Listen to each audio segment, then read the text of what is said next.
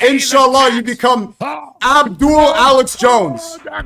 This is the genius of Alex Jones. And you realize that this Muslim and left-wing thing, it goes hand in hand. So what makes you think you can deport me if Sean Strickland can't knock me down, huh? You can't stop me. I'm coming. I know. Then tell me. Coming.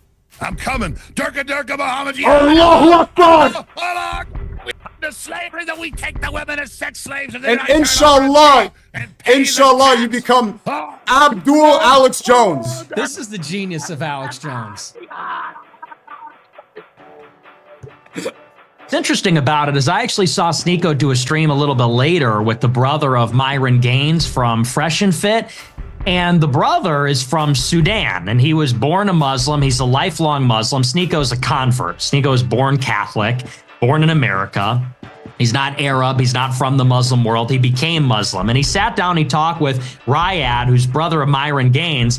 And Ryad was talking to Sneeko about this big public prayer they did in Times Square.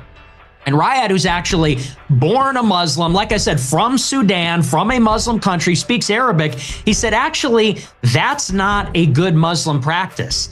He said, because when Muslims go out in Times Square and they do their prayer in public, he said, that's provocative. And it's intended to be provocative. He said, what you're doing when you do this is you're antagonizing everybody. And what that does is it actually makes people dislike Muslims.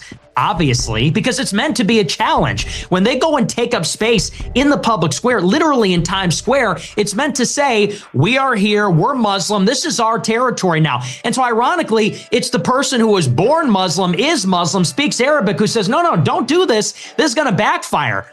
And what's interesting, Sneeko replied to that and said, you just want to be white. You just want to be white so bad. You just want to make the white people happy. Does it for the whites. Does it for the whites. Of course. Nick Fuentes, the America First guy, the guy that loves Hitler and whatnot, I don't agree with him 100% on everything that he believes in, but I can tell you that I'm for his America First project and his America First thinking. That's for sure. And this Sneeko's a clown. I've listened to this guy when he was on Fresh and Fit a few times. I've seen him on the internet here and there. He floats with the wind.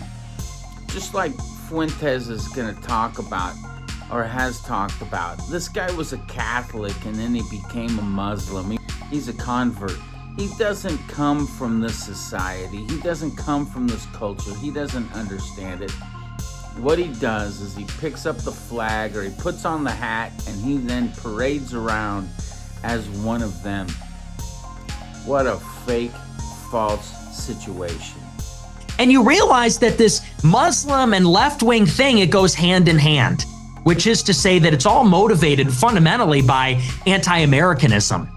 They hate whites, they hate Christendom, and they recognize America as emblematic of Europe and Christendom. This is the big white Christian empire, whether we like that or not. That's how they see it, and that's really what it represents to them. You recognize that what this is about is really something like a race war. For all this talk about rejecting the idolatry of skin color, the idolatry of one's race, these material things, why did Sneeko become Muslim? Why does he wear the black suits? He's trying to emulate Malcolm X because he thought Christianity was too white. He needed an anti-white religion, a non-white religion, a third world religion, so he doesn't feel like an Uncle Tom. He doesn't feel like he wants to be white. He's not desperate to be liked. And when you hear this rhetoric about, we're going to end all racism, we're going to end all genocide, we're going to make the whole world Muslim, it's really indistinguishable from leftism. It's indistinguishable from what leftists say about America with their socialist, anti-colonial, anti-Western, anti-American rhetoric, and that's why they're natural allies. That's why, and it's sort of interesting because you look at a guy like Zohran Mamdani, who Sneeko's a big supporter of in New York. Mamdani is a Muslim, but Mamdani also has drag queens in the city council doing their voguing, doing their dance for Gay Pride Month. And you'll have these DSA candidates backed by a Muslim, and they support queer liberation. and feminism and the rest of it. And you say, how do you reconcile Islam? How do you reconcile Orthodox Islam, which is deeply reactionary and conservative in terms of sexual morals and things like that, with leftism, which is queer liberation and feminism and the rest of it? What they have in common is they both hate America. What they have in common is they both hate whites, hate America, hate Europe and the colonial empires, maybe more than they resent each other. And so they're willing to put those differences aside and basically unite to say, we're going to stop the deportation of Muslims. We're going to tax the white people, give it to the non-white people, refugees welcome. We're going to end the wars, do all these things. That's effectively what they have in common. So that's the unholy alliance. And the problem is, like you talked about earlier, that's putting us in this dialectical position where it feels like you either are going to be right-wing and Zionist or you're going to be left-wing and Muslim. We're Christian, preferably Catholic. We're not looking to have the third world invade us and then us pay for it. We would like to keep America as pristine as possible to the founding fathers' true vision of this particular country, of this land, of this God-given land. And here's the last thing. America first. This is something that has to be driven home more importantly is that we've got to make ourselves Christian nationalists. And if you call that right wing, if you call that MAGA, then call it what you will. But we need to put our nation first. And I feel like people like you and I are stuck in the middle saying, I'm America first. I'm right wing, I'm Christian. I think America has this white identity and I want to put America first. And I don't necessarily want to bow to Israel.